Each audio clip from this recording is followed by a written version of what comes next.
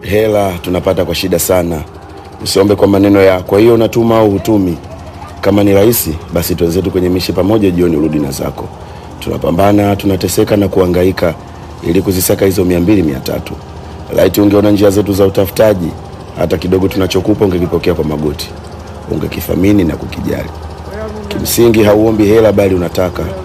Wewe unaamini zipo kwa sababu kichwa chako kimetawaliwa na maisha mtandaoni. Ukiambiwa sina unanuna. Ukipewa tumaini unaita watu waongo. Ahadi uzihitaji. Je, unahisi kuna sehemu zinaokotwa tu fedha? Deal zetu zenyewe zinategemea mudi ya bosi. Sometimes tunanyanyaswa na mabosi hadi sehemu ya kupewa haki zetu za kimsingi. Tunaweza kupigika siku nzima kisha muda wa malipo tajiri akazima simu, yupo kwa nyumba ndogo. Kuzaliwa mwanaume binti ni zaidi ya majukumu. Hiki kiatu ni kizito, ndio maana wanaoshindwa kuvumilia hulefti gupu. Heshimu juhudi za watu, heshimu juhudi za mwanaume. Mto upo mbali, thamini kila tone la maji.